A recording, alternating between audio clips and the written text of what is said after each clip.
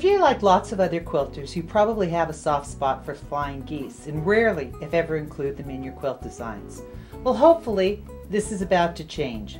I'm going to show you how to make 4-inch flying geese in only a few minutes. Just think about the quilt blocks, borders, and sashings that have been lurking around in your head waiting to become spectacular if you could only add flying geese to your designs. I already have my 4-inch flying geese design downloaded to my sewing machine. Whenever we send one of the 15 designs included in this set to our machine, we need to remember that the 1/4 inch seam allowance is already built into the design. When deciding what size flying geese to make, we need to know that the stated measurement is always the width. The height is always 1/2 of the width, so a 4-inch flying geese will finish 4 inches wide and 2 inches high. I have waffle stabilizer stretched into my hoop, and I like to use this stabilizer because it tears away more easily than any of the other stabilizers I'm familiar with. So with that being said, I'm going to go ahead and start out with the first of our 2 color changes.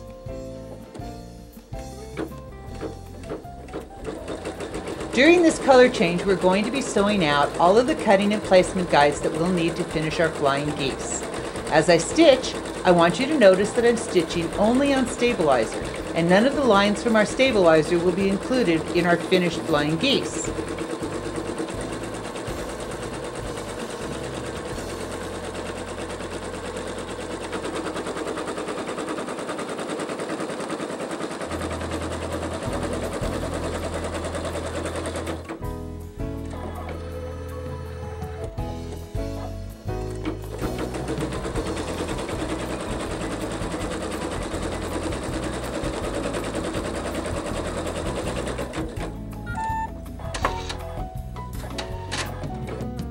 And there you have it. That completes color change 1.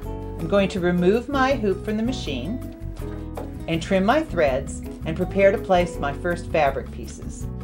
I always iron my fabric and apply a couple of coats of Mary Ellen's Best or spray starch before bringing my fabric to the machine.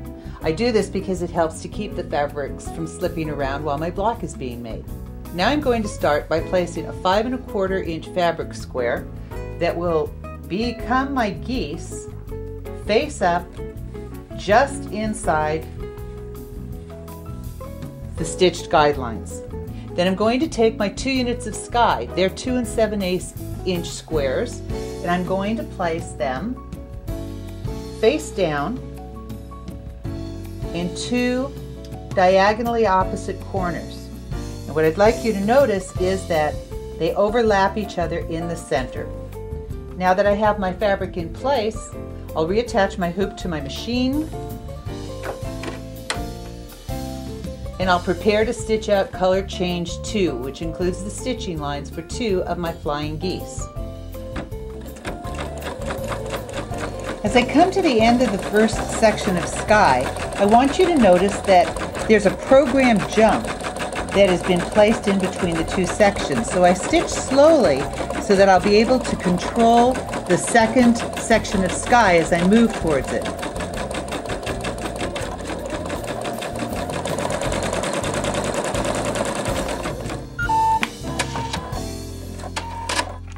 Now that the stitching lines for the first 2 geese are down, we need to protect the sky units that are in place and attach the sky units for the second 2 geese. I'll start by removing my hoop and clipping the jump threads between the sky. As you can see, I've got no stitching in these jump areas, and so I'm just going to trim these threads out.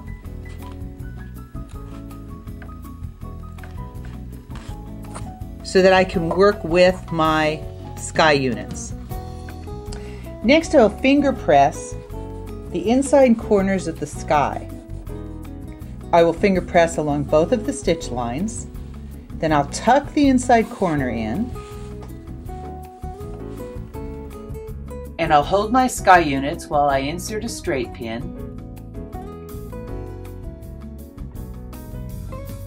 And I'll repeat the process for my second set of sky.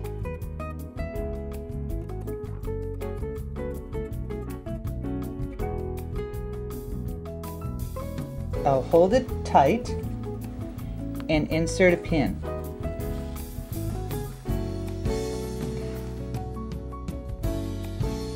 Now that both of my sky units are safe and out of the way, I'll start positioning the second 2 sky units. Now again, I want you to notice we're placing our sky units with the right sides down. Notice how the inside corners of the second 2 sky units roll in against the sky units that have already been sewn in place. I've reattached my hoop and I'm ready to start sewing out the second set of geese.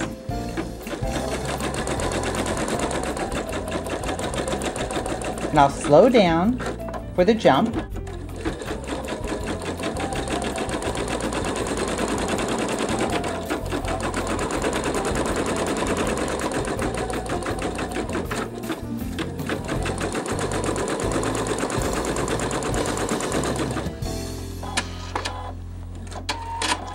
And that concludes the stitching portion of Flying Geese. We've repositioned our camera and I've taken my fabric and my stabilizer out of my hoop, and I'm ready to begin the final stage of our Flying Geese, which is the cutting. So to start with, I will remove the pins that were protecting the first set of sky, and I will make my first cut down the center of the second 2 sky units that we added. And I'm going to place my ruler so that the 1/4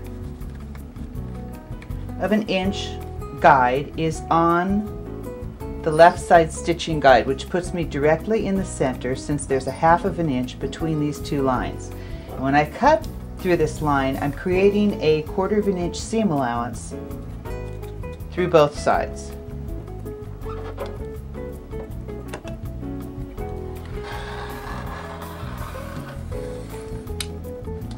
And now that I've done that, I'm going to take one of the pieces and I'm going to unfold my first unit of sky. I'm going to position my ruler again on the 1/4 inch line to separate my Flying Geese. I'm going to continue cutting and come back when I've got all 4 of my Flying Geese trimmed out. I finished trimming my Flying Geese and I've given them a quick press, and what I'd like to show you is the way that I press the Flying Geese to make sure that no adjustments are necessary. And what we do is we press each of the seam allowances going a different direction. This one's coming in towards the geese, this one's going out towards the sky. I hope that you enjoyed seeing a new way to make Flying Geese and look forward to hearing about the spectacular ways you include them in your quilt layouts.